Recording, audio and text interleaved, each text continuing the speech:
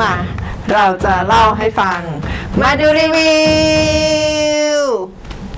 สวัสดีค่ะทุกคนคลิปนี้กุ๊กไก่มีซีรีส์ใหม่มาเล่าอีกแล้วจ้าแต่วันนี้เป็นมินิซีรีส์นะชื่อเรื่องฉันคนนี้ผู้ไม่แพ้ใครมีทั้งหมด24ตอนเปิดเรื่องมานางเอกชื่อซ่งอีกำลังกอดรูปถ่ายของแม่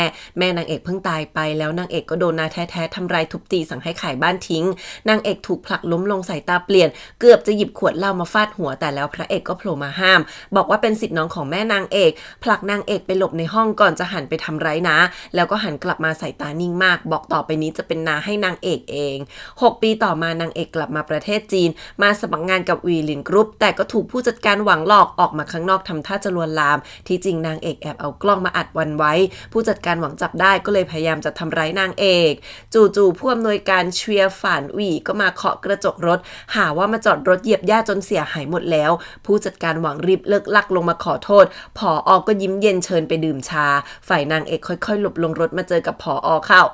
นี่ผอ.คือพระเอกที่เคยช่วยนางเอกไว้จ้าที่แท้นางเอกถูกส่งไปเมืองนอกแล้วก็หนีกลับประเทศมาเองนางเอกหน้าตึงเรียกชื่อพระเอกไม่ยอมเรียกนะแล้วก็ไม่ยอมให้พระเอกจับตัวด้วยในอดีตตอนนั้นพระเอกรับดูแลทำให้นางเอกเชื่อใจแต่3ปีต่อมาก็โอนหุ้นในชื่อแม่ออกไปหมดก่อนจะส่งนางเอกไปเมืองนอกกลับมาที่ปัจจุบันพระเอกทัดผมให้นางเอกเบาๆและกระซิบว่าไม่สนว่านางเอกจะต้องการอะไรแต่จะให้ไปฉุนลูกน้องส่งนางเอกกลับไปให้เร็วที่สุดนางเอกกลับจ้องตาเถียงว่าให้ตายนางก็ไม่ยอมต่อไปอย่าคิดจะควบคุมนางอีกละครครอบครัวจอมปลอมนี้ยังเล่นไม่พออีกหรือไงแล้วก็หนีไปเลย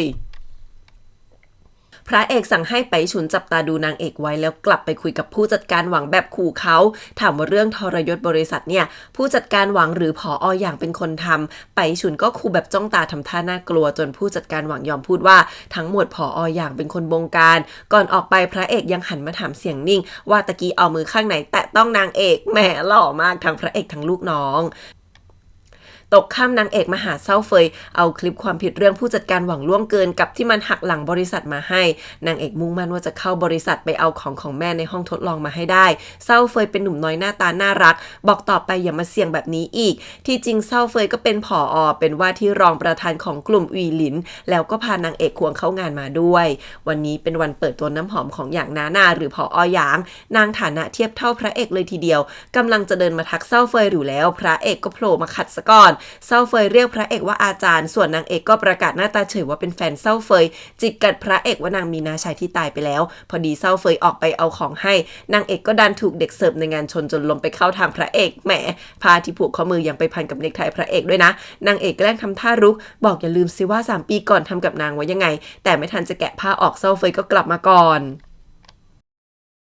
นางเอกยังไม่ทันแก้ตัวนาน่าก็มาอีกคนเศร้าเฟยรีบดึงผ้าผูกมือนางเอกออกบอกทั้งคู่ไม่มีอะไรกันซะหน่อยนางเอกรีบหยิบจะเอาน้ำหอมให้นาน่าดูแต่ชีเหยียดที่นางเอกใช้กระเป๋าเหมือนกันแล้วหันไปอ้อนพระเอกว่าเมื่อไหร่จะให้นางเป็นคนในสักทีนางเอกอึ้งเลยเพราะคิดว่าพระเอกจะแต่งงานแล้วพอนาน่าจะเดินออกไปนางเอกก็แกล้งขวางจนชีสะดุดแล้วแอบสับเปลี่ยนกระเป๋ากันนาน่าหงุดหงิดเดินไปดึงเศร้าเฟยเข้างานส่วนพระเอกก็ลากนางเอกเข้ามาในห้องขู่ว่าอย่าคิดว่าเข้าทางนาน่าหรือเสี่ยวเฟยเราจะเข้าบริษัทได้นะก่อนจะหยิบตัวเครื่องบินมาวางไว้สั่งให้นางเอกกลับไปนางเอกโวยว่ามีสิทธิ์อะไรพระเอกก็ขู่ว่าสิทธิ์ที่เป็นน้าชายแล้วดึงมือนางเอกมาผูกผ้าที่ข้อมือให้ใหม่สั่งว่าต่อไปห้ามใส่ชุดแบบนี้อีกนางเอกก็แกล้งยั่วซะเลยบอกว่าถ้างั้นจะถอดก็ได้แต่พระเอกมือหนีนางเอกก็เลยฉวยโอกาสวิ่งหนีออกจากห้องไปพระเอกก็อมยิ้มมุมปากท่าทางรู้ทันนาน่าเอาน้ำหอมไปนำเสนอแต่เพิ่งรู้ว่ากระเป๋าถูกสลับจนน้ำหอมข้างในไม่ใช่ของนางพอดีว่าถึงเวลาเปิดตัวแล้วนาน่าอึกอักตอบพวกสาวๆที่เพิ่งเทสกลิ่นน้ำหอมไม่ได้นางเอกมาผลักนาน่าเป็นเนียนๆแล้วตาเป็นประกายตอบคำถามได้หมดว่ากลิ่นน้ำหอมมาจากอะไรบ้างจนคนในงานฮือฮานาน่าทำอะไรไม่ได้บอกนี่คือทีมงานใหม่แล้วให้นางเอกช่วยอธิบายแรงบันดาลใจกับน้ำหอมต่อไปฉุนมาดูแล้วถามพระเอกว่าปล่อยไปแบบนี้จะดีหรอนางเอกอยากเข้าทีมวิจัยหลักจริงด้วยพระเอกก็บอกว่าไม่เป็นไรให้นางเอกได้สนุกสักพักก็แล้วกันซึ่งนางเอกกำลังบรรยายว่าน้ำหอมนี้ชื่อว่าเลื่อนลอยความหมายคือการใช้ชีวิตที่เต็มไปด้วยความเพ้อฝันหันไปเห็นพระเอกยืนอยู่ไกลๆก็บอกว่านี่คือการอยู่ระหว่างความมืดและสว่างไม่เกี่ยวข้องกันแล้วก็จ้องตาพระเอกไม่มีหลบ ไม่กี่วันต่อมานางเอกได้เข้ามาทำงานที่บริษัทแล้วเซาเฟยขับรถมาส่งนางเอกก็ฮึบบอกแม่ในใจว่าในที่สุดนางก็เข้ามาที่แม่เคยทำงานได้อีกครั้งแต่พอกดลิฟต์ดันโผล่มาที่ลานจอดรถโดนพระเอกลากขึ้นรถส่วนตัวสั่งให้ไปฉุนไปสนามบินเดี๋ยวนี้นางเอกโวยว่าเอาหุ้นไปแลกกับอิสระนางไม่พอหรอแต่ไม่ทันถึงไหนเซาเฟยก็มาขวางรถบอกว่าจะพานางเอกไปไม่ได้เซาเฟยบอกว่าอยากให้นางเอกได้ทำในเรื่องที่อยากทำพระเอกก็ไม่สนสั่งไปฉุนออกรถไปเลยบอกว่าตราบใดที่นางเอกยังไม่แต่งงานก็มีสิทธิ์สั่งนางอยู่นางเอกก็เลยโมโหบอกเดี๋ยวแต่งให้ดูเดี๋ยวนี้สั่งให้หยุดรถวิ่งลงไปหาเซาเฟยนางเอกถามเซาเฟยว่ายินดีแต่งงานกับนางไหมเซาเฟยอึ้งแต่แล้วก็กระชากเอาสร้อยคอไม้กางเขนมาคุกเข่าขอนางเอกแต่งงานโอ้โหผู้ชายก็คลั่งรักนางเอกตอบรับด้วยการจับสร้อยแล้วหันไปจ้องหน้าพระเอกในรถตอนนี้นาน่าที่แอบดูอยู่ก็ปรี๊ดเหมือนกันว่ากล้ามาแย่งคนกับนางงั้นหรอที่แท้นางเอกกับเซาเฟยรู้จักกันที่เมืองนอกไปฉุนถามพระเอกว่าจะให้2คนแต่งงานกันจริงดิพระเอกไม่ตอบแต่นั่งตัดแต่งดอกกุหลาบบอกว่าต้องตัดส่วนที่เหี่ยวเฉาไปให้ไวที่สุดดอกไม้จะได้เติบโตเบ่งบานได้โอ๊ยท่าทางจิตมากพอคนนางเอกไปลองชุดแต่งงานเซาเฟยท่าทางดีใจมากแต่แป๊บเดียวนาน่าก็โทรมานางเอกเดินเข้าไปลองชุดขอโทษเซาเฟยอยู่ในใจแต่ก็ถูกโปะยาสลบจับตัวไปเลยนางเอกฟื้นมาอีกทีอยู่ในห้องที่กังจือลูกน้องนาน่าจับตัวมามันตั้งท่าเหมือนตั้งกล้องทำอะไรสักอย่างนางเอกรีบลุกหลบแบบหนีเข้าห้องน้ำแต่กังจือก็ตามมาจับได้แล้วโยนนางเอกลงอ่างจนนางเอกเกือบถูกกดจมน้ำตายดีที่พระเอกตามมาช่วยนางเอกโผล่พ้นน้ำมาไม่ทันมองว่าใครเป็นใครก็เอาแก้วฟาดใส่จนพระเอกเลือดอาบพระเอกหน้านิ่งหยิบออกบอกว่าเซาเฟยปกป้องนางเอกไม่ได้หรอกแต่งกับคนที่ไม่ได้รักนางเอกต้องเสียใจทีหลังแน่เมื่อ3 ปีก่อนนางเอกบรรลุนิติภาวะตั้งใจเอาดอกกุหลาบมาสารภาพรักกับพระเอกที่จริงนางเอกก็แอบชอบพระเอกมาก่อนนี่นาตัดมาที่ปัจจุบันนางเอกจ้องตาพระเอกถามว่ารู้ได้ยังไงว่านางไม่ได้ชอบเซาเฟยพระเอกก้มลงมาใกล้บอกว่าพระเอกรู้ดีว่าสายตาที่มองคนที่ชอบกับไม่ได้ชอบมันเป็นยังไงจนนางเอกหวนกลับไปคิดถึงอดีตอีกครั้งตอนนั้นพระเอกปฏิเสธนางบอกว่านางเด็กเกินไปไม่รู้หรอกว่าความรู้สึกชอบเป็นยังไงแล้วก็บอกว่าให้ออกไปเจอคนอื่นบ้างก่อนจะเดินหนีไปนางเอกที่อยู่ในอ่างเถียงพระเอกว่าทำไมถ้านางไม่ชอบเซาเฟยแล้วหลอกใช้พระเอกจะทำไมเซาเฟยที่เข้ามาได้ยินก็ออกไปท่าทางเสียใจมากจนนางเอกหันมาตบหน้าพระเอกที่จงใจทำแบบนี้แต่เซาเฟยเดินกลับมาเอาผ้าเช็ดตัวคลุมให้นางเอกก่อนจะบอกพระเอกว่าขอบคุณที่เตือนสติแล้วก็พานางเอกออกไปก่อนพระเอกทำอะไรไม่ได้แต่มองมือตัวเองที่เพิ่งจับแขนนางเอกไว้ตะกี้พบคนปากแข็งแล้วหนึ่งเซาเฟยช่วยเป่าผมให้นางเอกบอกว่ารู้ดีว่านางเอกทำไปทั้งหมดเพราะอยากเข้าทีมหลักรู้ด้วยว่านางเอกก็ไม่ได้ชอบตัวเองขนาดนั้นแต่พอนางเอกขอยกเลิกงานแต่งเซาเฟยก็บอกว่าไม่ขอแค่ได้อยู่เคียงข้างนางเอกเท่านั้นก็พอแล้วนาน่าหงุดหงิดที่กังจือทำงานไม่สำเร็จแล้วก็ปรีคิดว่านางเอกอ่อยเซาเฟยแล้วยังอยากจะได้พระเอกอีกเซาเฟยโผล่มาเอาเอกสารมาให้นาน่าก็รีบรุกบอกชอบเซาเฟยที่เหมือนพระเอกทุกอย่างแต่ว่าผู้ชายเพ่นหนีไปฉุนมาหาพระเอกเอาเอกสารบางอย่างมาให้แล้วก็เตือนว่านาน่าจ้องตำแหน่งพระเอกอยู่กลัวว่าจะลงมือหนักเหมือน3 ปีก่อนพอถามเรื่องงานแต่งพระเอกก็บอกว่าให้จัดงานแต่งที่นี่ไปซะถึงวันแต่งงานเซาเฟยตื่นเต้นมากส่วนนางเอกท่าทางกังวลอยู่หลังเวทีชุดแต่งงานที่ใส่กระดุมหลุดพระเอกก็เป็นคนเดินมาติดให้โอ๊ยกรี๊ดนางเอกอึ้งส่วนพระเอกพูดว่ามาถามเป็นครั้งสุดท้ายว่านางเอกคิดดีแล้วใช่ไหม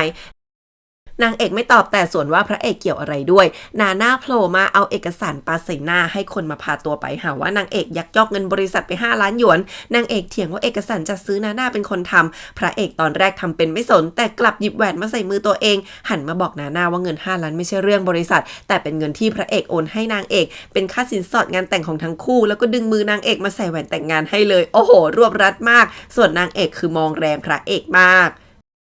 เซาเฟยใส่ชุดเจ้าบ่าวเดินตามหาพระเอกเพราะอุตส่าห์ไปเก็บดอกไม้ทำเป็นช่อดอกไม้เจ้าสาวตามที่พระเอกสั่งแต่ก็เจอไปฉุนรออยู่พร้อมรูปถ่ายเซาเฟยกับนาน่าไปฉุนขู่ว่ารูปนี้อัดไปโผล่ที่ไหนก็ได้แล้วบอกว่าเซาเฟยควรจะรู้นะว่าต้องทำตัวยังไงไปฉุนไปประกาศงานแต่งพระเอกนางเอกต่อหน้าแขกทุกคนนางเอกดิ้นไม่ยอมเดินคู่กันพระเอกก็อุ้มนางเอกเข้างานมาเลยนางเอกจะหนีพระเอกก็ฉุดแขนไว้เอาช่อดอกไม้มายัดใส่มือส่วนเซาเฟยได้แต่มองอยู่ไกลๆนาน่าตามมาแต่เซาเฟยก็ไม่สนพระเอกดึงดันทำพิธีต่อจนโดนนางเอกกระซิบด่าว่าพระเอกก็เป็นคนเดิมที่เลือดเย็นเห็นแก่ตัว3 ปีก่อนพระเอกยืนส่งนางเอกขึ้นรถไปเมืองนอกในวันฝนตกหนัก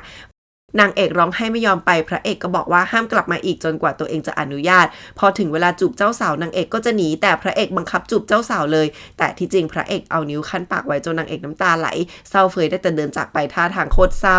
ร้าเฟยเป็นนั่งเล่นเปียโนระบายอารมณ์นาน่าก็เข้ามาอีกแล้วพยายามรุกเหมือนเดิมแต่เศร้าเฟยไม่เล่นด้วยนาน่าขวางไว้บอกว่าวิธีลืมผู้หญิงคนหนึ่งก็คือหาคนใหม่ที่ดีกว่าพนันกันไหมล่ะว่าชีจะทำให้เศร้าเฟยลืมนางเอกได้ไวแค่ไหนเศร้าเฟยก็ยังไม่เอาขอร้องว่าอยากเจอนางเอกอีกครั้งเพราะนาน่าเป็นเจ้านายนางเอกนาน่าบอกได้สิแต่ต้องรับปากว่าจะสอนนางเล่นเปียโนอยากได้อะไรนางจะให้ทุกอย่างตกเย็นนางเอกโมโหเดินเอาแหวนมาปาคืนให้พระเอกบอกนางเล่นละครจบแล้วจะไปละพระเอกทำทุกอย่างลงไปไม่คิดถึงเศร้าเฟยบ้างหรือไงพระเอกรินเหล้าดื่มชิวๆพูดเสียงเย็นว่าถ้านางเอกดึงดันจะอยู่นี่ก็ต้องอยู่เคียงข้างตัวเองเท่านั้นนางเอกโมโหเอาแหวนปาลงไปในแก้วเหล้าบอกนางไม่เหมือนแหวนหรอกนะที่จับวางที่ไหนก็ได้แล้วเดินหนีออกมาไปฉุนเดินมาขวางบอกนางเอกเข้าใจผิดแล้วพระเอกไม่เอาชื่อเสียงกับการแต่งงานมาล้อเล่นหรอกเมื่อ6 ปีก่อนพระเอกพานางเอกมาที่เรือนกระจกนี้นางเอกชอบมากเพราะแต่ก่อนแม่ก็ชอบพานางเอกปลูกดอกกุหลาบแต่ถูกน้าชายแท้ๆทำลายทิ้งไปหมดตอนนั้นพระเอกเอากระถางกุหลาบมายื่นให้เงียบๆพอนางเอกถามว่าต่อไปจะไปจากนางไหมพระเอกก็บอกว่าจะอยู่ปลูกดอกกุหลาบกับนางไปเยอะๆเลยนางเอกคิดว่าเรือนดอกไม้เรือนนี้ก็ยังเหมือนเมื่อก่อนไม่เปลี่ยนไปตกดึกฝนตกฟ้าร้องไฟดับนางเอกเกิดแพนิคอยู่คนเดียวในห้องพระเอกเป็นคนเข้ามาปลอบโถเพราะคนซึนพอนางเอกรู้ตัวก็ผลักพระเอกออกบอกนางเลิกกลัวฟ้าร้องนานแล้วแต่โดดไปคลุมโปงบนเตียงแทนพระเอกจุดเทียนไว้ที่หัวเตียงแล้วก็เริ่มปลดกระดุมเสื้อนางเอกโผล่หัวมาดูก็หน้าแดงบอกว่าเราแค่แต่งงานกันหลอกๆนะพระเอกก็คือหุ่นอย่างแซ่บแต่หันกลับมายัดเสื้อตัวเองใส่มือนางเอกไว้บอกนอนกอดไปเหมือนเมื่อก่อนแล้วกันก่อนจะออกไปเลยปะโถฉันก็ลุ้นนะเช้าวันต่อมานางเอกยื่นข้อตกลงของทั้งคู่ให้พระเอกแล้วเดินไปเปิดประตูที่มีคนกดออดแต่เช้านาน่ามาอีกแล้วแล้วก็จะใส่ชุดเดินไปอีกกี่ตอนเจ๊นาน่ามาถึงเห็นนางเอกอยู่คนเดียวก็ปากแซบว่าทำไมแต่งกันคืนเดียวก็แยกกันอยู่แล้วหรอฝ่ายนางเอกก็นึกว่าพระเอกหลบนาน่าเพราะเป็นคนรักเก่าแต่พระเอกใส่ชุดคลุมอาบน้ำโผล่มานางเอกก็รีบแอบไปอ้อนพระเอกเล่นละครด้วยอย่างดีดึงนางเอกมาอุ้มจ้องหน้าไกลๆบอกนาน่าว่านางเอกเป็นพนักงานก็ยังมีสิทธิ์ลาหยุด7 วันทำเอานางเอกตื่นเต้นแต่พอตั้งตัวได้ก็รีบโอบพระเอกอ้อนต่อจนนาน่าเซ็งจะกลับพระเอกถึงเรียกนาน่าว่าแม่เล็กชีก็หันมาจิกว่าให้รีบทำเวลามีลูกเยอะๆนางเอกเพิ่งถึงบางอ้อว่านาน่าเป็นแม่เล็กของพระเอกที่ผ่านมานางเข้าใจผิดหมดเลยส่วนพระเอกว่าตัวเองกับพ่อใช้แส้เดียวกันพระเอกหันมาถามนางเอกว่าอยากกลับมาที่นี่ทำไมแต่นางเอกก็สวนว่าเรื่องของนางพระเอกไม่เกี่ยวดูสัญญาที่นางเอกเขียนแล้วคิดว่ายังไงบ้างพระเอกก็เลยดึงมือนางเอกที่กำลังจะกินแซนด์วิชมากัดแล้วบอกว่าอร่อยโอ้โหอ่อยมากก่อนจะตอบว่าอีก7 วันค่อยว่ากันครบวันหยุดนางเอกก็คงกลับไปได้แล้วล่ะนางเอกจะเก็บของกลับแต่พระเอกขังนางไว้บอกหน้าตาเฉยว่ารับปากว่าหลัง7 วันจะให้ไปแต่ระหว่างนั้นต้องอยู่นี่นางเอกดื้อมากเอาผ้ามามัดปีนระเบียงหนีจากชั้น2แต่ก็ตกลงมาในอ้อมแขนพระเอกแทนพระเอกชมว่าความคิดดีอยู่แต่ให้เลิกคิดนางเอกเปลี่ยนไปกะวางยาด้วยเห็ดพิษพระเอกแกล้งถามว่าจะวางยาหรือไงนางเอกก็บอกเปล่าก่อนจะมันมากตักซุปไปให้พระเอกกินเอาไปเสิร์ฟแล้วยังนั่งจ้องหน้าเขาจะไม่รู้ได้ยังไงเนี่ยพระเอกแกล้งบอกว่าร้อนจะแย่จะดื่มยังไงนางเอกก็รีบเอาไปเป่าชิมให้บอกว่าไม่ร้อนแล้วส่วนพระเอกถามเสียงนิ่งว่าอร่อยปะสรุปคือนั้นนางเอกเมาเห็ดทั้งวอแวร์วุ่นวายเห็นพระเอกมีเห็ดอยู่บนหัว3 ดอกวิ่งไปกอดเขาไม่ปล่อยจนพระเอกต้องบอกว่ายอมแพ้เช้ามานางเอกตื่นมาพร้อมดอกกุหลาบข้างเตียงแต่จำไม่ได้เลยว่าทำอะไรลงไปบ้างนางเอกด่าตัวเองยกใหญ่ว่าเป็นแบบนี้ต่อไปสงสัยลำบากแน่แล้วก็คิดหาทางเอาตัวรอดต่อฝ่ายพระเอกเดินผ่านข้างนอกก็เอากุญแจมาแกว่งเล่นโชว์แหมเย้ยมา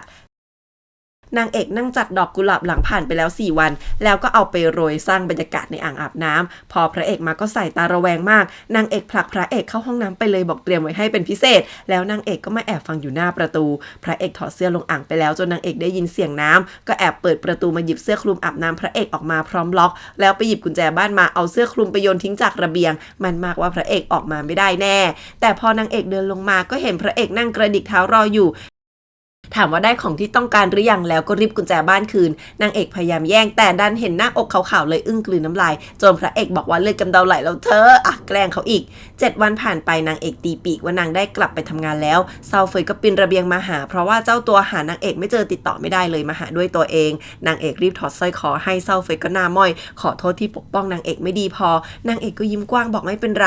ไปฉุนมารายงานพระเอกว่าเซาเฟยจะมาพาตัวนางเอกไปแล้วนะพระเอกก็บอกแค่ว่าให้นางเอกเลือกเอง ตอนนี้เศร้าเฟยเพิ่งบอกนางเอกว่าพระเอกไล่นางเอกออกแล้วตัวเองไม่มีอำนาจจะห้ามได้คราวนี้นางเอกเศร้าเฟยบอกว่าจะพานางเอกไปจากนี่แต่นางเอกอมยิ้มใส่หน้าบอกบางเรื่องนางก็ต้องพยายามเองเศร้าเฟยก็เลยหยิบกุญแจห้องทดลองมาให้บอกนี่คือที่ตัวเองช่วยได้แล้วกลับไป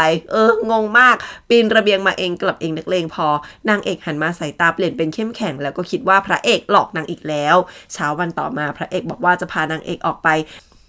นางเอกส่วนว่าจะไปบริษัทหรอพระเอกไม่ตอบแต่ยื่นตั๋วเครื่องบินให้บอกว่าอยากออกไปเล่นไม่ใช่หรอเดี๋ยวจะไปเป็นเพื่อนนางเอกก็เลยลุกมาเล่านิทานให้พระเอกฟังว่าเคยมีพระราชาสร้างกรงขังนกไว้แต่ไม่เคยสนใจว่านกจะมีความสุขหรือเปล่าพูดไปก็หยิบดอกไม้ไปด้วยเล่าว่าวันหนึ่งพระราชาลืมล็อกกรงจนนกบินออกมาเลยแต่สุดท้ายมันก็ตกลงมาตายเพราะขังมันไว้นานเกินไปจนมันลืมไปแล้วว่าต้องบินยังไงพูดถึงตรงนี้ก็คว้าเนคไทพระเอกมาจ้องหน้าพระเอกจ้องตากลับบอกขอแค่นกตัวนั้นอยู่ในกรงอย่างเชื่อฟังก็ไม่ต้องตายแล้วนางเอกโมโหเอาดอกกุหลาบฟาดใส่หน้าพระเอกบอกนางไม่มีความสุขแล้วเหยียบดอกกุหลาบเดินไปเลยโอ้ยพระเอกโดนหนามกุหลาบบาดแก้มด้วย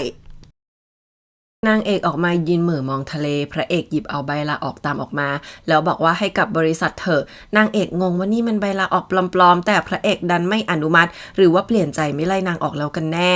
นางเอกมาที่ห้องทดลองใช้กุญแจที่ได้มาจากเจ้าเฟยเข้ามาจนได้นางเอกเห็นภาพอดีตที่แม่เคยสอนแยกกลิ่นแต่แล้วกังจือกับนาน่าก็โผล่มาหาว่านางเอกจะขโมยของจะแจ้งตำรวจเจ้าเฟยเดินมาห้ามบอกว่าเป็นคนให้กุญแจนางเอกไปเองนางเอกไม่ใช่คนนอกแล้วก็รายงานพระเอกแล้วด้วยถ้ามีปัญหาไปคุยกับพระเอกเอาจนนางเอกรอดเข้าไปในห้องทดลองได้อีกครั้งนางเอกขอบคุณที่เศร้าเฟยช่วยนางไว้อีกแล้วเศร้าเฟยกำลังจะถามว่ามาหาของแม่หรอแต่แล้วก็ร่วงลงสลบไปนางเอกเพิ่งเห็นว่าในห้องนี้มีเครื่องพ่นน้ำหอมก่อนจะล้มลงอีกคนโดนวางยาซะแล้วคนทำเป็นผู้หญิงด้วยนาน่าประชุมอยู่กับพระเอกแต่ลูกน้องที่ประชุมบอกว่าแฟลชไดรฟ์ข้อมูลอยู่กับเศร้าเฟยนางเอกก็ดันไม่มาประชุมนาน่าหันไปถามพระเอกท่าทางยียวนกวนประสาทมากว่าไม่ใช่ทั้งคู่หายไปอยู่ด้วยกันหรอกนะนางเอกฟื้นมาในสภาพถูกถอดเสื้อคลุมแล้วก็รีบปลุกเศร้าเฟยขึ้นมาอีกคนในห้องประชุมไปฉุนรีบวิ่งมาบอกว่าหาทั้งคู่ไม่เจอลูกน้องนาน่าบอกหาทั่วหมดแล้วยกเว้นที่นี่คือทั้งสองคนถูกเอามาทิ้งไว้ที่หลังม่านในห้องนี้แหละรีบใส่เสื้อสูทกันให้เรียบร้อยสิพวกเธอ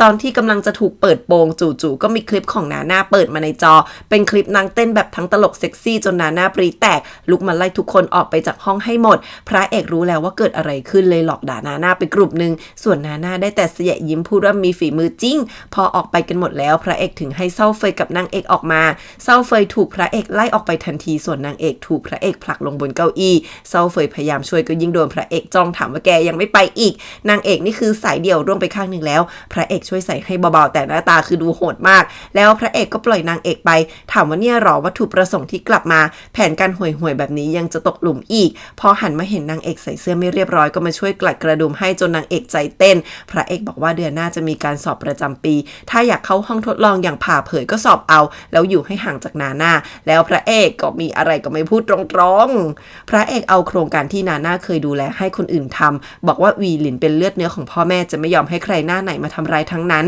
นาน่าทำเป็นไม่รู้เรื่องพระเอกก็บอกว่ารู้หมดแล้วว่านางทำร้ายนางเอกพยายามไล่นางเอกออกแล้วก็บอกว่าเห็นแก่ที่เป็นผู้หญิงของพ่อจะไม่เอาเรื่องเงิน5 ล้านแต่ทำไมยุ่งกับคนของตัวเองอีกก็รับผิดชอบเอาเองแล้วกันนางเอกได้ยินตรงนี้ก็เลยได้แต่อึ้งแล้วเผลอจับแหวนที่นิ้วเบาๆนาน่ามาอ่อยเศร้าเฟยอีกแล้วแต่เจ้าตัวยิ่งปรี๊ดเพราะก่อนหน้านี้ชี้สัญญาว่าจะปล่อยนางเอกไปแต่กลับวางแผนชั่วใส่นาน่ายังลอยหน้าลอยตาบอกช่วยให้ได้รักกันไงไม่ดีเหรอเศร้าเฟยบอกรู้นะว่าทำไปเพื่อเบี่ยงประเด็นเพราะถูกพระเอกจับตาดูบัญชีอยู่นาน่าไม่ยอมพยายามอ่อยบอกว่าให้หาทางช่วยนางหน่อยแต่เศร้าเฟยบอกตัวเองก็ไม่มีความสามารถเหมือนอาจารย์หรอกพอเศร้าเฟยออกไปนาน่าก็ยิ้มเจ้าเล่ห์พูดว่างั้นนางจะคิดวิธีเอาเองพระเอกน่าเครียดนั่งดูรูปกับข่าวเรื่องที่แม่นางเอกพลัดตกตึกไม่รู้ว่าเป็นการฆ่าตัวตายหรือว่าฆาตกรรมไปฉุนถามว่าจะให้นางเอกอยู่นี่จริงหรอเรื่องที่นางเอกถูกสะกดรอย3 ปีก่อนยังเช็คไม่ได้เลยนะพระเอกตัดบทน่าเครียดบอกไม่จะไม่ยอมให้นางเอกลงเอยแบบเดียวกันแน่ฝ่ายนางเอกก็เพิ่งรู้ตัวว่าเข้าใจพระเอกผิดไปที่ไม่อยากให้ไปบริษัทก็เพราะนาน่าแล้วก็คิดหนักว่าจะขอโทษพระเอกยังไงดีก่อนจะหันไปเจอขวดไวน์เข้าน้องก็หยิบมากระดกกะว่าเมาแล้วจะได้กล้าไปสู้ชีวิตไม่น นั้นนางเอกที่กรึ่มก็เดินมากระดกไว้ในห้องพระเอกบอกว่ามีเรื่องจะคุยด้วยพระเอกดันบอกว่าให้ท่องกฎข้อ2ของนิวตันมาเดี๋ยวนี้ก็คือว่าพระเอกก็จิบเหล้าจนเมาแล้วเช่นกันเมาแล้วรั่วจัดสั่งให้นางเอกท่องกฎฟิสิกส์ทำข้อสอบไม่งั้นจะสอบเอนทรานซ์ไม่ได้แถมยังทำมือจับเวลาปลอมๆสินเสมอกันมากเมารั่วทั้งคู่2คนนี้นั่งถกปัญหาวิชาการน่าเครียดเละเทะมากจ้ะนางเอกดื่มหมดแล้วจะออกไปพระเอกก็ดึงมือไว้บอกฟิสิกส์นางเอกห่วยมากต้องหาครูมาติวนางเอกหันมาจ้องหน้าพระเอกแล้วก็เป็นฝ่ายจูบพระเอกก่อนแต่พระเอกก็ดึงนางเอกมาจูบอย่างลึกซึ้งหูยสาวรู้ก่อนนางเอกตื่นมาแบบงงๆแต่พอเห็นเสื้อผ้ากองเต็มก็เริ่มเข้าใจว่าเกิดอะไรขึ้นแน่มีแอบยิ้มชอบใจแล้วนางเอกก็เดินมาหาพระเอกที่จัดดอกไม้อยู่ในเรือนกระจกถามว่าเมื่อคืนนอนที่ไหนหรอพระเอกเก๊กขรึมแต่ใส่ดอกไม้ไม่ลงจากกันแล้วจ้ะพระเอกจำได้นะว่าเมื่อคืนเกิดอะไรขึ้นนางเอกเป็นฝ่ายรุกแล้วยังจะถอดเสื้อเองปีนขึ้นเตียงเองอีกพระเอกสติมาเลยได้แต่รีบหนีไปสรุปว่านางเอกถอดเสื้อผ้าเองปีนเตียงหลับเองนักเลงพอพระเอกก็ไม่พูดให้ชัดจนนางเอกคิดไปไกลเกรงจนตัดดอกไม้โกรธไปหมดแล้วค่ะไปฉุนเข้ามากระซิบว่าเรื่องของนาน่าที่ภัตตาคารจัดการเรียบร้อยไม่ดูเลยว่า2คนนี้เลิกลักขั้นสุด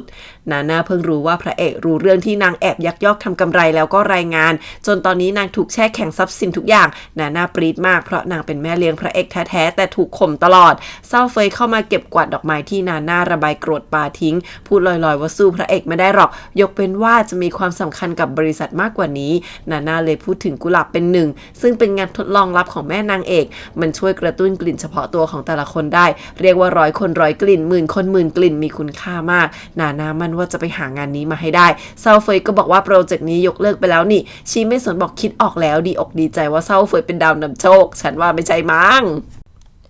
ในที่ประชุมเพิ่งจะตกลงกันว่าโปรเจกต์อะไรสักอันจะให้พระเอกดูแล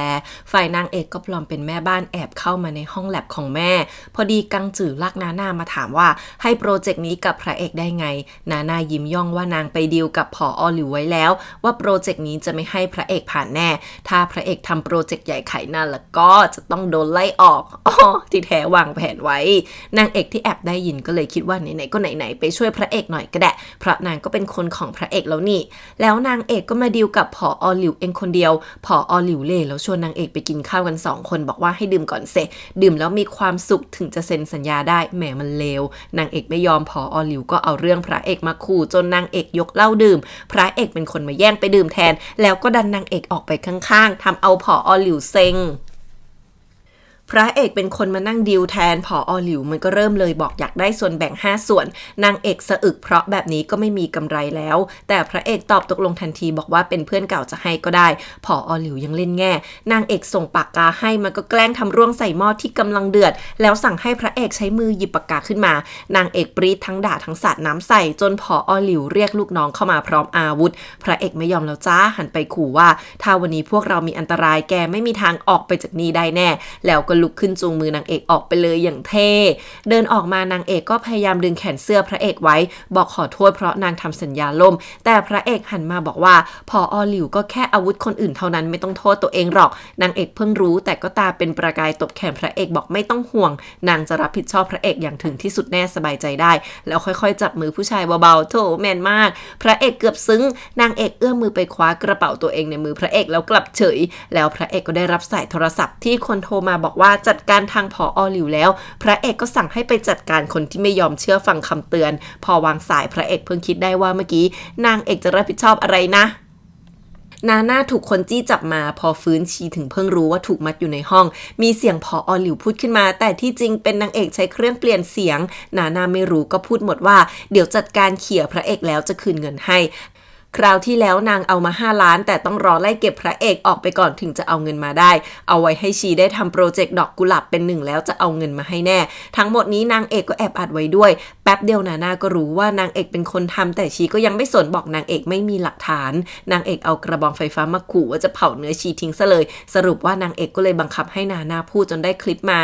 พระเอกเอาหลักฐานมาแชร์กับผู้ถือหุ้นเพื่อไล่นาน่าออกนาน่าเพิ่งรู้ว่าเกิดอะไรขึ้นนางเอกบอกรอไปเฮ้เดี๋ยวผู้ถือหุ้น ต้องตรวจสอบนางแน่แล้วก็อย่าคิดว่าจะหาเรื่องลักพาตัวเพราะว่าสถานที่ทั้งหมดกับบ้านนาน่าทั้งนั้นไม่มีใครรับหรอกจ้าสรุปว่าเสียเหลี่ยมนางเอกหมดแล้วนาน่าไม่ยอมติดคุกเลยรีบโทรหากังจือนางเอกกำลังเดินอยู่ในที่จอดรถจู่ๆก็เจอรถกังจือขับมาเผชิญหน้าแล้วมันก็ลงมาพร้อมอาวุธเดินปรีมาหานางเอกเลยนางเอกหันหลังวิ่งหนีแต่ก็เจอรถอีกคันมารออยู่ไปฉุนลงมาท่าทางเครียดมากบอกให้นางเอกรีบไปแล้วจะจัดการตรงนี้ให้เองโอ๊ยผู้ชายเรื่องนี้งานดีทุกคนนาน่าโลกเก็บของเสร็จแล้วรีบโทรเรียกกังจือมารับแต่พระเอกก็โผล่มาถึงห้องอีกคนเดินมาพูดยิ้มว่านี่เราจะพูดกันดีๆได้ยังพระเอกถามว่าทำไมต้องทำโปรเจกต์กุหลาบเป็นหนึ่งนาน่าก็ปรี๊ดแตกโวยเลยว่าถ้าไม่กดดันนางเรื่องเงินนางจะอยากทำหรือไงฝ่ายกังจือกับไปฉุนก็พุ่งเข้าใส่กันแล้วในที่สุดไปฉุนก็จัดการกังจือได้แถมยังได้ฮาร์ดดิสก์จากในรถมาด้ว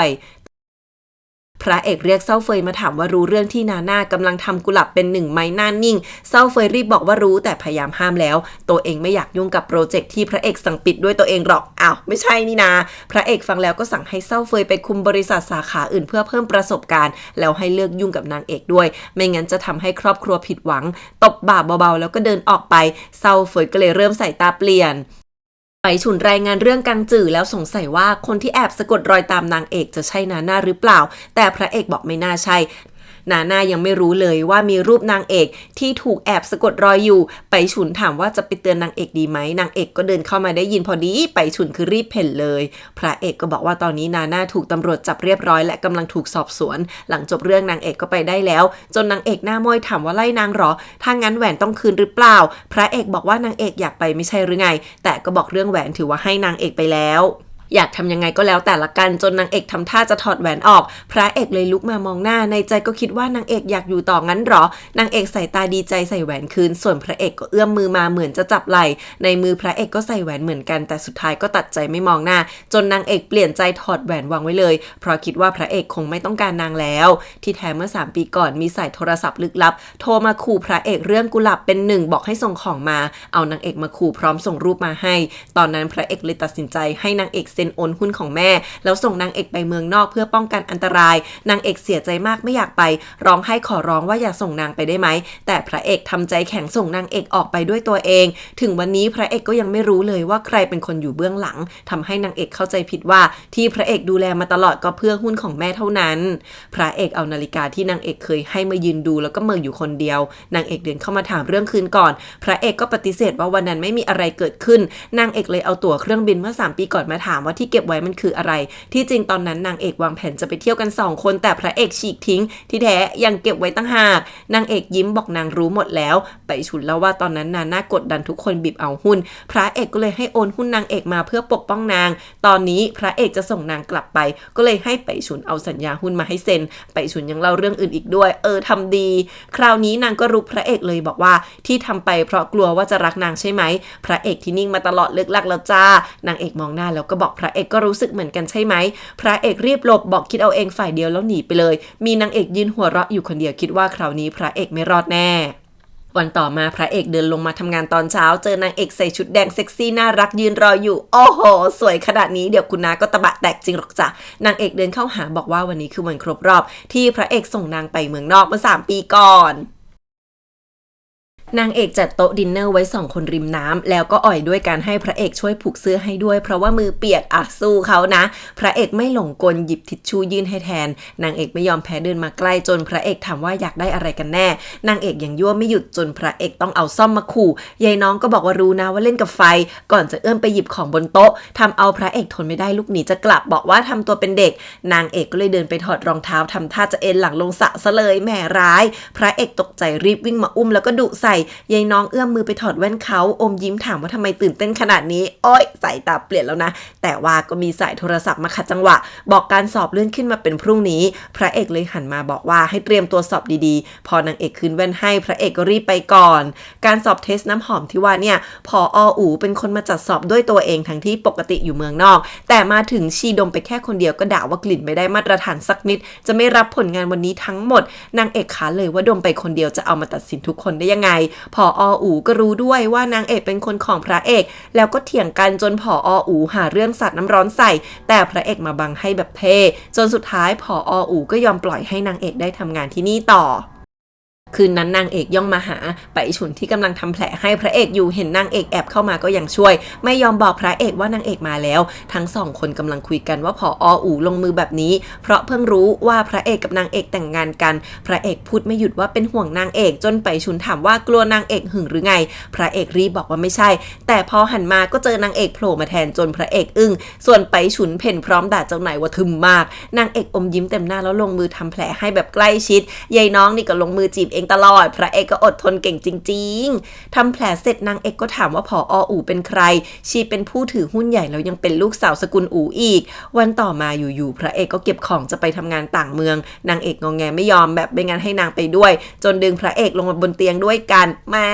ไปฉุนดันมาขัดจังหวะบอกถึงเวลาแล้วผอ.อู่รออยู่นางเอกคือแบบหน้าตึงเลยจ้าพอตามลงมาส่งผอ.อู่ก็ยังมาลอยหน้าใส่ไปอีกค่ะพอประชุมเสร็จผอ.อู่ก็หาเรื่องพูดว่าถ้าพวกเราร่วมมือกันอย่างดีก็ยิ่งทำให้บริษัทรุ่งเรืองไม่ใช่หรอพระเอกโชว์แหวนว่าแต่งงานแล้วชีก็ไม่สนบอกไม่เป็นไรให้เวลาคิด3วันแต่งานเลี้ยงของพ่อวันพรุ่งนี้ต้องไปกับชีนะแป๊บเดียวนางเอกก็โทรมาหาน้ำเสียงร้อนรนมากบอกช่วยด้วย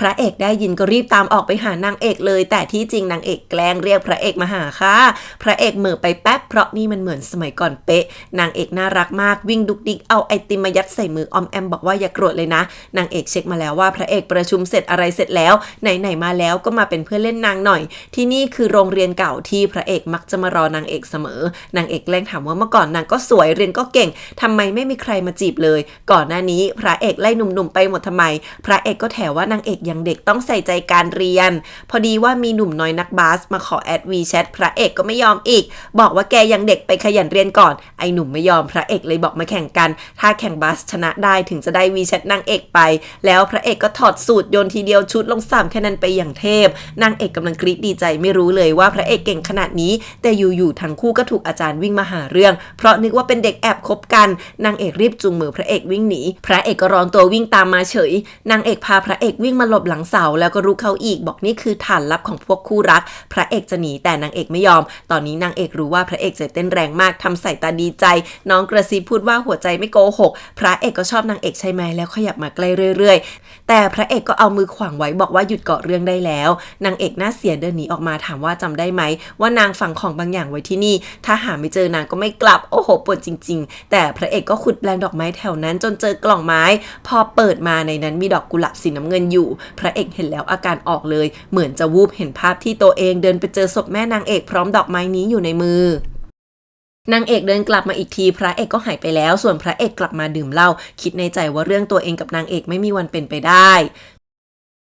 นางเอกนั่งทำงานอยู่ในห้องทดลองพอเลิกงานทุกคนออกไปหมดแล้วนางเอกก็รีบค้นของตามหาเอกสารจนไปเจอกลิ่นหอมคุ้นๆในกล่องข้าวนางเอกจำได้ว่านี่คือกลิ่นที่แม่เคยปรุงได้ตอนนั้นนางเอกยังเล็กแต่แม่เคยให้ดมแล้วก็บอกคือกลิ่นพิเศษเฉพาะบุคคลในที่สุดนางเอกก็ได้มันมาแล้วจ้าแต่จะว่าไปมันก็หาง่ายไปไหมอะพระเอกโทรมานัดเจอเย็นนี้พอดีนางเอกก็ไปหามั่นใจว่าต้องกำราบพระเอกได้แน่ๆงานนี้พระเอกก็ยังเก๊กขรึมเหมือนเดิมแต่จมูกดีรู้ว่านางเอกเปลี่ยนกลิ่นน้ำหอมพระเอกยื่นโฉนดบ้านกับหุ้นบริษัทให้นางเอกไม่รับบอกว่าของขวัญ นี้มันแพงไป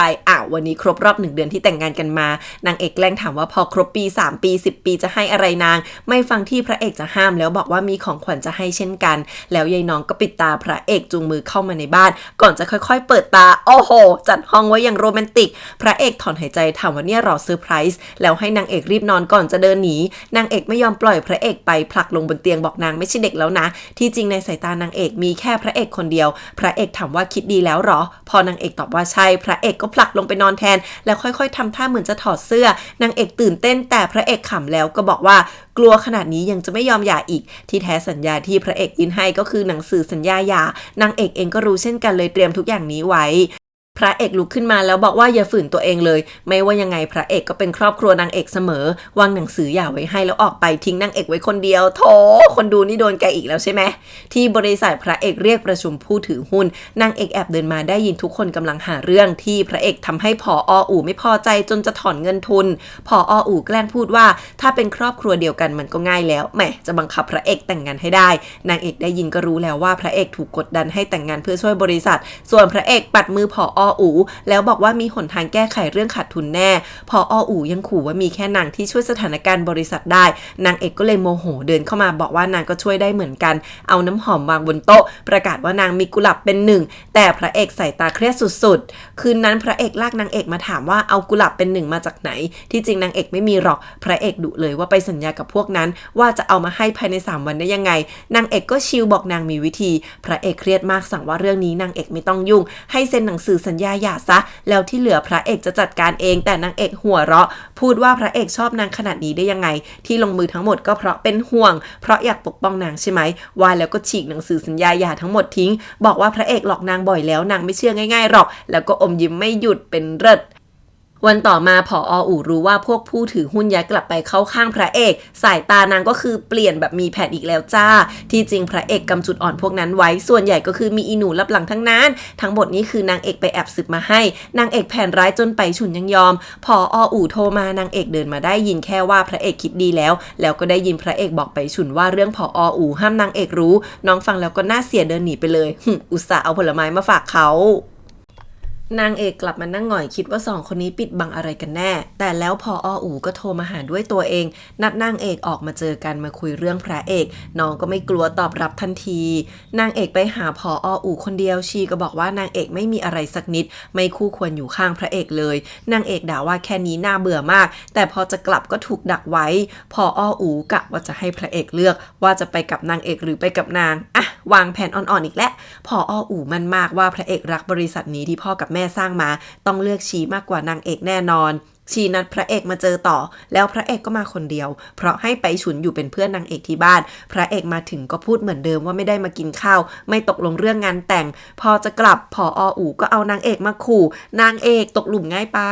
ผอ.อูดึงพระเอกมากระซิบว่าอยากได้ตัวพระเอกภายใน1 ชั่วโมงให้ไปเอาตราบริษัทมาถึงจะเจอนางเอกได้แล้วก็ควงแขนพระเอกออกไปชิวๆมีการปลายตาให้นางเอกที่แอบดูอยู่ด้วย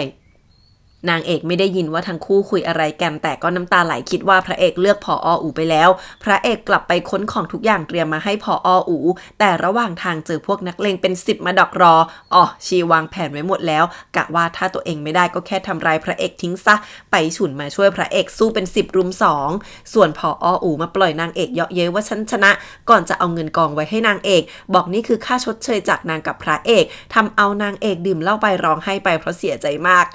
เธอก็ไปเป็นเหยื่อเขาก่อนง่ายๆเนี่ยแล้วคนที่วิ่งมาหาก็คือเศร้าเฟยบอกเพิ่งกลับมาจากทำงานต่างเมืองแกปะที่ร่วมมือกับผอ.อูนางเอกเห็นเศร้าเฟยก็ร้องไห้เดินมาหาบอกว่าอยากกลับบ้านก่อนจะเป็นลมส่วนพระเอกกับไปฉุนพอกลับมาที่เดิมก็เจอแค่เงินที่วางทิ้งไว้พระเอกตามมาหาเรื่องผอ.อูว่านางเอกอยู่ที่ไหนชีบอกอะไรไม่ได้ทำอะไรเลยแถมยังแถมเงินให้อีก5 ล้านนะพระเอกน่าเครียดถามว่านางเอกอยู่ไหนกันแน่ชีก็ลอยหน้าลอยตาเพราะตอนนี้บริษัทอยู่ในกำมือพระเอกเลยเอารายงานลับผิดกฎหมายของสกุลอู่มาแฉแถมยังเรียกตำรวจมาจับตอนนี้พระเอกไม่มีอะไรจะเสียแล้วเดินออกมาไม่นานไปฉุนก็โทรมาบอกว่านางเอกกลับบ้านพอพระเอกกลับมาที่เรือนกระจกก็เจอนางเอกกำลังเตรียมแหวนคืนให้พร้อมกุหลาบน้ำเงินที่อยู่ที่นี่นางเอกถามว่าพระเอกกับผอ.อูเห็นนางเป็นตัวเกะกะเหมือนกุหลาบน้ำเงินที่ต้องซ่อนไว้สินะพระเอกกำลังจะอธิบายแต่พอเห็นกุหลาบน้ำเงินก็เกิดอาการแพนิคกำเริบเห็นภาพตอนแม่นางเอกตายจนควบคุมตัวเองเกือบไม่ได้นางเอกเข้าใจผิดนึกว่าพระเอกไม่ยอมพูดเหมือนเดิมก็เลยโยนนาฬิกาของแทนใจทิ้งแล้วลากกระเป๋าจากไปบอกว่าพวกเราหย่ากันเถอะนางเอกไปแล้วพระเอกถึงเพิ่งจะซุดว้ายสงสารมากคืนนั้นฝนตกหนักพระเอกตามหานาฬิกาอยู่นานกว่าจะเจอพี่ก็ไม่พูดความจริงไปไวๆหน่อยส่วนนางเอกก็ไปได้เศร้าเฟยพากลับมาที่บ้านเก่าห้องนี้มีแต่ความทรงจำของแม่และของพระเอกทั้งนั้นแป๊บเดียวก็ไฟดับพอทั้งคู่มาเปิดดูเบรกเกอร์เศร้าเฟยก็ได้กลิ่นน้ำหอมเลยถามถึงนางเอกบอกว่านี่เป็นของที่แม่ทิ้งไว้ให้แกไม่น่าใช่คนดีแล้วเนี่ย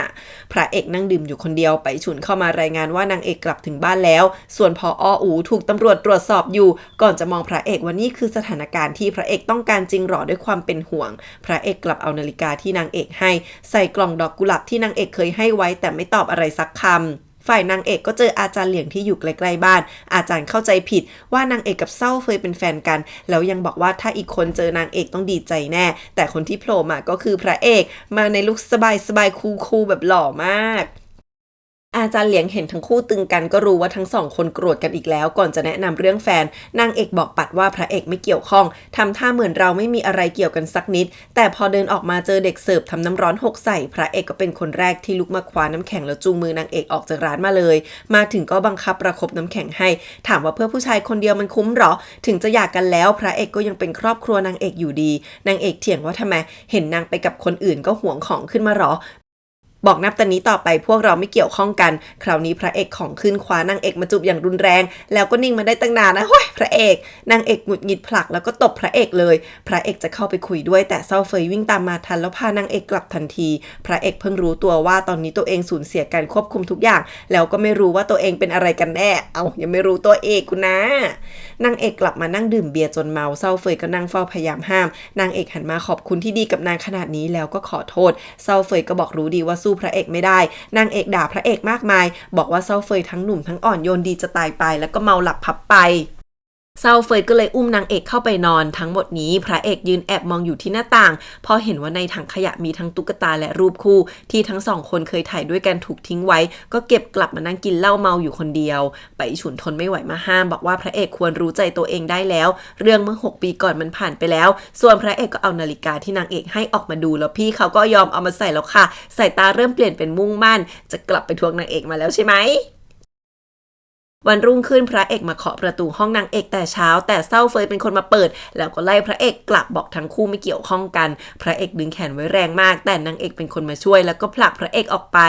เซาเฟยทำซุปมาให้แต่ยังไม่ทันจะกินพระเอกก็โผล่มาเทซุปทิ้งบอกนางเอกแพ้แล้วก็ยังยิ้มบอกว่าอยากกินอะไรจะทำให้เองก็ถูกนางเอกผลักทิ้งออกมานอกห้องไปฉุนตามมารายงานเรื่องนาน่าแล้วก็หลุดขำที่พระเอกอาการออกขนาดนี้พระเอกเรียกเซาเฟยมาคุยกัน2 คนถามว่าทำไมต้องเลือกนางเอกท่ามกลางคนมากมายเซาเฟยก็ยังบอกว่าเพราะคนที่ขาดก็เลยกางร่วมให้อีกฝ่ายได้ยังไงเล่าพระเอกไม่เข้าใจหรอกแต่พระเอกเดินเข้าหาถามเลยว่าไปร่วมมือกับนาน่าและผอ.อู่ลงมือกับนางเอกเนี่ยนะเซาเฟยทำเป็นไม่รู้แต่นาน่าสารภาพหมดแล้วว่าเซาเฟยเป็นคนที่ร่วมมือกับชีถามว่าแกสินะที่สะกดรอยตามนางเอกเมื่อ3 ปีก่อนคราวนี้เซาเฟยสีหน้าเปลี่ยนจ้าบอกว่าพระเอกไม่กล้าพูดกับนางเอกหรอกไม่งั้นก็คงพูดไปนานแล้วว่าแต่พระเอกกล้าพูดเรื่องการตายของแม่ไหมล่ะจนพระเอกถามว่ามันรู้เรื่องนี้ได้ยังไงนางเอกโผล่มาช่วยพอดีเซาเฟยกับตีน่าเป็นคนดีอีกแล้วจ้ะพอ2 คนนี้เดินไปพระเอกก็โทรสั่งไปฉุนให้สืบมาเดี๋ยวนี้ว่า6 ปีก่อนเซาเฟยอยู่ที่ไหนทำอะไรบ้างอาจารย์เหลียงเอาสมุดบันทึกของแม่มาให้นางเอกเซาเฟยจ้องเลยแต่ก็ขอตัวกลับไปก่อนนางเอกมานั่งเปิดอ่านในนั้นแม่เขียนเรื่องนางเอกไว้มากมายแล้วก็มีเบาะแสว่าแม่ทิ้งของขวัญอายุครบ18ไว้ให้ที่โรงแรมย่เซิงพอนางเอกมาถึงเซาเฟยก็โผล่มาเองบอกทำงานเสร็จแล้วเลยมาเป็นเพื่อนพอคนที่โรงแรมเชิญนางเอกเข้าไปเอาของก็บอกว่าอนุญาตให้นางเอกเข้าไปคนเดียวเท่านั้นนางเอกก็เลยยิ้มบอกให้เซาเฟยรอก่อนแต่พอนางเอกเดินไปพระเอกที่นั่งอ่านหนังสือรอก็เสียงเย็นถามว่ารีบร้อนขนาดนี้กลัวนางเอกหรือกุหลาบเป็นหนึ่งจะหายไปกันแน่เซาเฟยก็กะว่าตัวเองเป็นต่อเหมือนกันพระเอกลุกมายืนจ้องตาบอกว่าจะไม่ยอมให้มันทำร้ายนางเอกแน่นอน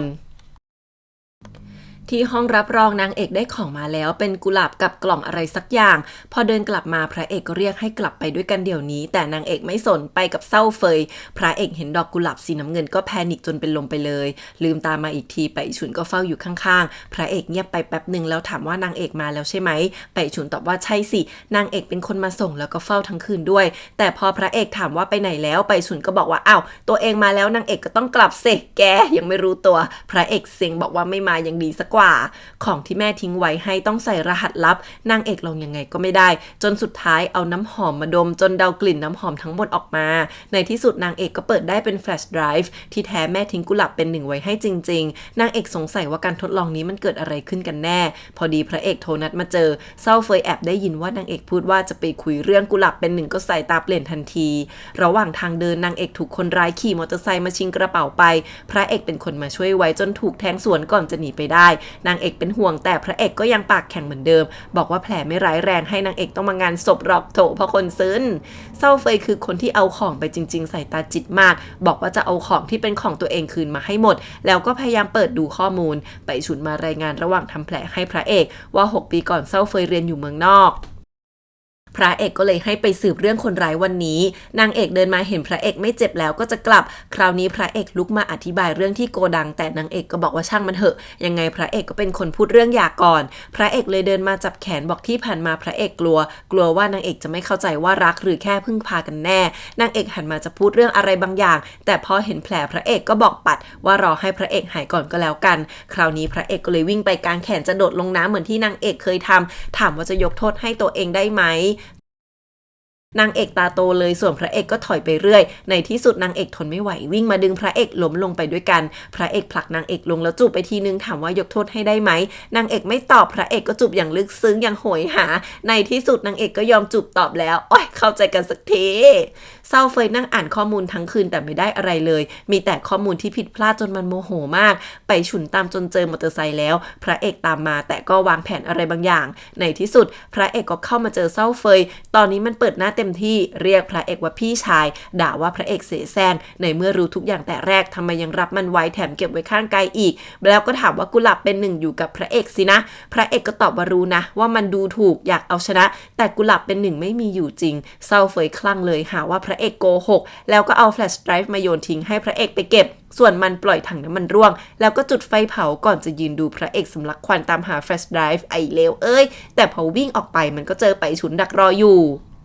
นางเอกวิ่งฝ่าควันเข้ามาแล้วก็ลากมือพระเอกออกมาเลยนางเอกรู้เรื่องเพราะไปฉุนบอกแล้วก็ด่าว่าทำไปเพื่ออะไรแผลก็ยังไม่หายซะหน่อยแต่พระเอกยื่นแฟลชไดรฟ์ให้บอกไม่อยากพลาดเรื่องสำคัญใดๆของนางเอกทั้งนั้นจนนางเอกดึงพระเอกมาจูบเลยแล้วคืนนั้นทั้งสองคนก็จูบกันอย่างร้อนแรงที่บ้านพระเอกถามเบาๆว่าตัวเองพร้อมแล้วนะนางเอกทำท่าเหมือนลังเลแต่สุดท้ายก็ดึงมือพระเอกมาหาเขาได้อุ่นเตียงกันสักทีคุณน้าตะบะแตกแล้ว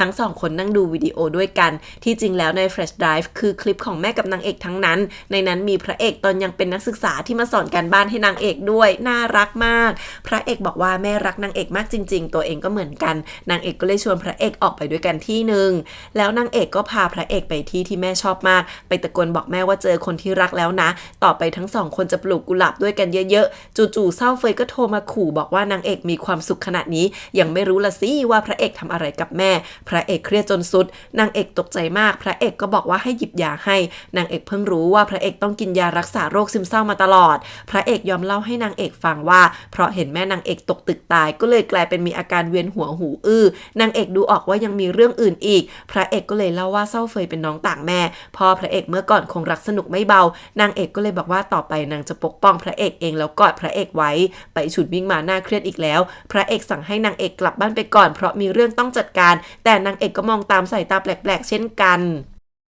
ไปฉุนจับเศร้าเฟยมาพระเอกถามว่าเรื่อง6ปีก่อนแกรู้อะไรบ้างที่แท้6ปีก่อนพระเอกใช้โครงการกุหลาบเป็นหนึ่งล่อหนอนบอนไส้ออกมาแต่กลายเป็นว่าแม่นางเอกถูกคนฆ่าตายเศร้าเฟยหัวเราะโรคจิตหาว่าพระเอกเป็นคนอยู่เบื้องหลังที่ทำให้แม่นางเอกต้องตายไงล่ะสั่งให้แบ่งหุ้นมาไม่งั้นจะแฉให้นางเอกรู้แน่นอนว่าพระเอกไม่สนแล้วพระเอกก็กลับมาหานางเอกที่นั่งตัดแต่งกุหลาบอยู่ที่เรือนกระจกนางเอกสายตาแปลกๆเช่นกันแต่พระเอกจ้องตาถามว่าไม่ว่าจะเกิดอะไรขึ้นก็จะเชื่อใจกันใช่ไหม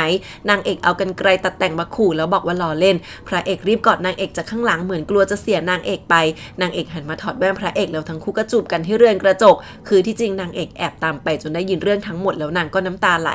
พระเอกตื่นมาตอนเช้าเห็นนางเอกกำลังผสมดอกไม้ทำกลิ่นหอมจู่ๆนางเอกก็ชวนไปที่ไม่มีใครรู้จักกันดีกว่าพระเอกตอบรับทันทีแบบไม่คิดเลยเพราะว่าติดค้างทั้งทริปเรียนจบแล้วก็ทริปฮันนีมูนพระเอกเพิ่งกอดนางเอกก็รู้สึกแปลก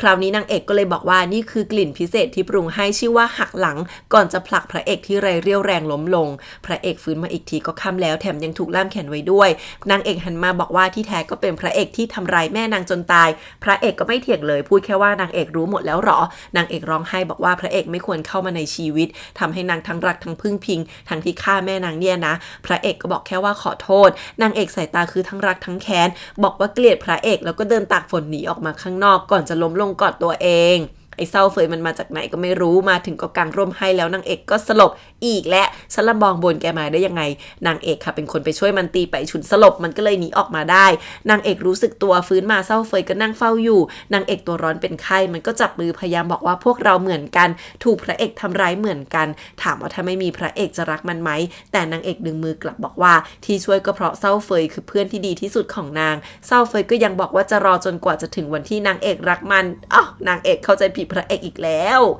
เศร้าเฟยก็มาเยาะเย้ยพระเอกทำเหมือนว่านางเอกเป็นของมันแล้วก็เอาสัญญาโอนหุ้นมาให้เซ็นมันจะเอาทุกอย่างทั้งมรดกบ้านแม้กระทั่งนางเอกด้วยพระเอกถูกมัดมือไว้ข้างนึงแต่ก็ยังเอาปากกาแทงมือเศร้าเฟยแล้วบอกว่าให้เวลาวันหนึ่งให้ได้เจอนางเอกไม่งั้นก็ไม่ต้องมาพูดกันอีกแล้วเศร้าเฟยก็หงุดหงิดเดินมาดูเห็นนางเอกไม่อยู่ก็หงุดหงิดแต่นางเอกเดินมาข้างหลังมันตีสีหน้าเป็นคนดีใส่ไฟนางเอกอีกแล้วก็บอกว่ามาแก้แค้นกันเหอะเอาทั้งบริษัทกลับคืนมาพอนางเอกลังเลมันก็ขยี้เรื่องแม่จนนางเอกถามกลับว่าถ้าเศร้าเฟยรู้อยู่แล้วทำไมไม่บอกนางมันก็เล่นละครต่อว่านางเอกเป็นคนเดียวที่ห้ามลังเลยื่นเอาสัญญาโอนหุ้นให้นางเอกไปจัดการพระเอกซะนางเอกตอบรับแล้วเดินมาหาพระเอกทำท่าเหมือนจะเอาปากกาแทงตาแต่แล้วก็หยุดพระเอกก็ไม่หลบสักนิดบอกว่าชีวิตเป็นของนางถ้าอยากได้ก็เอาไปได้ทุกเมื่อนางเอกบอกว่าพระเอกตายแบบนี้ง่ายไปสั่งให้เซ็นหนังสือหย่าแล้วสัญญาโอนหุ้นมาซะจนพระเอกเซ็นทั้งที่สายตาเจ็บปวดนางเอกก็ทำหน้าเศร้าแต่ก็พูดว่าเราไม่ติดค้างกันแล้วนางเอกไปก็ดีแล้วเอาพระเอกมาให้ฉันเถอะพอนางเอกจะเดินจากไปพระเอกก็ดึงนางเอกมากอดไว้จนนางเอกหันมาเอาปากกาปักอกที่แท้พระเอกไม่ได้ถูกขังแต่ที่ผ่านมายอมให้นางเอกจับก็เพราะยอมนางเอกคนเดียวจนนางเอกกระซิบบอกว่าถ้างั้นก็ถูกขังอยู่ที่นี่ไปเถอะแล้วเดินไปเลยส่วนเศร้าเฟยที่แอบดูอยู่ก็อมยิ้มด้วยความสะใจนางเอกเดินตามเศร้าเฟยมาขอไปจัดการเรื่องที่บริษัทด้วยแต่มันบอกว่าให้นางเอกพักผ่อนดีกว่าเพราะยังไม่หายพอมันไปแล้วนางเอกก็มาขนเข้าของจนเจอพาสปอร์ต2 เล่มที่ไม่เหมือนกันคือใช้คนละแท้แป๊บเดียวเศร้าเฟยก็ตามกลับเข้ามานางเอกแถว่าเข้ามาที่นี่เพราะพระเอกโทรมาไม่หยุดแต่เศร้าเฟยไม่ซื้อเดินมาบังคับให้นางเอกรับสายซะสิแล้วจับไหล่นางเอกจ้องหน้าว่าทำได้ดีมากทั้งสองคนมาเต้นรำแล้วก็ดื่มด้วยกันแต่นางเอกท่าทางลุกลี้ลุกลนเศร้าเฟยทำท่าจะลวนลามแต่ที่จริงมันรู้แล้วว่านางเอกเจอพาสปอร์ต2 อันนางเอกถูกวางยาเรียบร้อยส่วนเศร้าเฟยก็หยิบกล้องออกมาแสะยิ้มว่านางเอกไม่ควรหักหลังมันเลยไปชุนมาแล้วจ้ะหายไปนานนะหลังจากโดนตีไปชุนรีบวิ่งมาดูพระเอกที่บาดเจ็บแล้วก็เล่าว่าที่จริงนางเอกที่ตามไปโกดังแล้วรู้ว่าเศร้าเฟยคือคนที่ขี่มอเตอร์ไซค์มาดักชิงกระเป๋าก็เกิดคิดได้ว่ามันนี่แหละที่น่าจะฆ่าแม่เลยร่วมมือกับไปฉุนเล่นละครไปเข้าข้างเศร้าเฟยพระเอกปรี๊ดว่าไปฉุนปล่อยให้นางเอกทำเรื่องเสี่ยงอันตรายได้ไงไปฉุนรีบเล่าว่านางเอกสืบเจอหมดแล้วว่าเศร้าเฟยไปหาคนอื่นมาสวมรอยเรียนแทนที่เมืองนอกแถมยังมีพาสปอร์ต2 เล่มที่จริงเศร้าเฟยแอบกลับมาจีนก่อนหน้านั้นแต่ตอนนั้นเศร้าเฟยก็ใช้โทรศัพท์นางเอกโทรเรียกพระเอกมาเจอกันที่ดาดฟ้ามันเอานางเอกมามัดรอไว้ที่นี่พอนางเอกตื่นก็เดินมาบอกว่าไม่ต้องห่วงไม่นานพระเอกก็จบเหแล้วนางเอกขำใส่บอกมันใช้หน้าออกหน้าใช้ผู้อำนวยการอู่หลอกแล้วยังใช้นางทำร้ายพระเอกอีกในที่สุดมันก็โผล่หางออกมาแล้วสินะเศร้าเฟยโมโหบีบคอนางเอกถามว่ารู้ตั้งแต่เมื่อไหร่ที่จริงนางเอกแค่รู้สึกว่าเศร้าเฟยสนใจของแม่นางมากแต่พอรู้ว่ามันผิดปกติก็เริ่มเช็คจนรู้ทุกอย่างนางเอกถามว่าได้บริษัทไปแล้วนี่งั้นอยากรู้แค่อย่างเดียวคือมันฆ่าแม่ใช่ไหมเศร้าเฟยท่าทางจิตมากบอกรออีกไม่นานก็รู้แล้วไม่นานพระเอกก็โผล่มาช่วยนางเอกที่ดาดฟ้าแต่ถูกเศร้าเฟยเอามีดจ่อคอบังคับให้ลุกมานางเอกที่ถูกมัดปากไว้พยายามร้องไห้ใส่หน้าให้เศร้าเฟยบังคับพระเอกไม่ได้เลยขู่เอาชีวิตนางเอกแทนบอกตอนนี้มันได้บริษัทแล้วแต่มันอยากได้ชีวิตพระเอกด้วยให้พระเอกเลือกโดดตึกฆ่าตัวตายทำเป็นยอมรับผิดที่ฆ่าแม่นางเอกซะพระเอกกลัวนางเอกจะเป็นอันตรายก็เลยยอมรับแล้วค่อยๆเดินถอยหลังพร้อมกับขู่มันไปด้วยว่าถ้านางเอกเป็นอะไรถึงตายก็จะไม่ปล่อยมันแน่พระเอกเดินไปถึงริมดาดฟ้าแล้วแต่นางเอกที่สะบัดเชือกมัดหลุดวิ่งมาห้ามทันเศร้าเฟยคลั่งเลยพุ่งมาจะแทงแล้วก็พูดออกมาเองว่าเป็นคนบังคับให้แม่นางเอกโดดตึกส่วนนางเอกพยายามเข้าไปช่วยจนถูกผลักหัวล้มฟาดเก้าอี้สลบว้ายสลบตอนสำคัญอีกแล้วนางเอกฟื้นมาก็เจอแค่ไปฉุนที่เอากรรมสิทธิ์บ้านหุ้นทุกอย่างมาให้แล้วก็มีแหวนอีกด้วยไปฉุนบอกว่าพระเอกรู้สึกผิดมากที่ทำให้นางเอกต้องเสียใจขนาดนี้ก็เลยไม่ยอมยกโทษให้ตัวเองไปฉุนได้แต่ขอโทษแล้วก็จากไปนางเอกน้ำตาไหลเดินไปดูเรือนกระจกที่เต็มไปด้วยดอกกุหลาบนางเอกดีใจนึกว่าพระเอกมาดูแลที่นี่แต่แล้วไปฉุนก็เดินกลับมาบอกว่าเศร้าเฟยสารภาพทุกอย่างกับตำรวจหมดแล้วแต่มีอย่างหนึ่งที่พวกเราเข้าใจผิดมาตลอด เมื่อ 6 ปีก่อนเศร้าเฟยแอบเข้าไปขโมยกุหลาบเป็นหนึ่งในห้องแลบแม่นางเอกมาเจอเขาก็พยายามห้ามไม่ยอมให้เอาความลับบริษัทออกไปแม่นางเอกวิ่งหนีขึ้นไปถึงระเบียงเศร้าเฟยก็โรคจิตมากบังคับข่มขู่จนแม่นางเอกร่วงลงมาตายพร้อมกุหลาบเป็นหนึ่งในมือนั่นคือหลังจากที่พระเอกเพิ่งจะปล่อยข่าวล่อคนทำผิดออกไปเพื่อจับหนอนบ่อนไส้สรุปว่าเศร้าเฟยมันวางแผนจะขโมยความลับเอาไปขายคู่แข่งแต่ทำให้แม่นางเอกถูกผลักตกตึกพระเอกไม่ได้เกี่ยวข้องอะไรด้วยเลยนางเอกยิ่งรู้ก็ยิ่งเสียใจรู้สึกผิดที่ทุกอย่างกลายเป็นแบบนี้ผ่านไป1 ปีนางเอกยังคงอยู่บ้านเดิมแล้วก็ดูแลบริษัทต่อมีไปฉุนคอยช่วยเหลือนางเอกถามว่าพระเอกติดต่อมาไหมไปฉุนก็บอกว่าไม่เลยแต่บอกว่าเรื่องล่าสุดนี้พระเอกไว้ใจให้นางเอกจัดการจนนางเอกจับได้ว่าเอ๊ะแล้วพระเอกบอกเมื่อไหร่ล่ะพระเอกกำลังเดินอยู่คนเดียวริมหาดไปฉุนโทรมารายงานเสียงสั่นว่ามีคนลักพาตัวนางเอกไปเพราะโครงการล่าสุดพระเอกไม่ฟังอะไรแล้ววิ่งตามมาหาท่าทางเป็นห่วงแต่ก็เจอนางเอกใส่ชุดแต่งงานเต็มยศปรับอารมณ์ไม่ทันจ้ะนางเอกเดินยิ้มมาถามว่าหายตัวไปปีนึงสบายใจแล้วยังพระเอกพูดเองว่าความแค้นคนรุ่นก่อนเราไม่ควรแบกรับพระเอกหายไปตั้งนานมีแต่นางที่ทรมานแต่นางก็ไม่โทษพระเอกหรอกครั้งนี้นางจะไม่ยอมให้หายตัวไปอีกก่อนจะถือกล่องแหวนบอกว่าแต่งงานกันเถอะนางเอกเกือบลงไปคุกเข่าขอผู้ชายแต่งงานแล้วจ้าแต่พระเอกก็ดึงมือไว้แล้วถือกล่องแหวนคุกเข่าเองพระเอกสั่งทำแหวนให้นางเอกไว้ตั้งนานแล้วบอกว่านางเอกเป็นคนเดียวที่อยากปกป้องไปตลอดชีวิตนับจากนี้จะมีนางเอกคนเดียวเท่านั้นนางเอกดึงแหวนอันเก่าทิ้งแล้วให้พระเอกสวมแหวนแต่งงานให้แล้วก็ก้มลงไปจูบพระเอกเลยโอ้ยกว่าจะเข้าใจกันสรุปว่าจบดีนะที่เขาได้กลับมาอยู่ด้วยกันกลับมาปลูกกุหลาบกันสวีทกัน2 คนนางเอกผสมกลิ่นน้ำหอมให้พระเอกโดยเฉพาะแล้วก็ถามว่าเริ่มชอบนางตั้งแต่เมื่อไหร่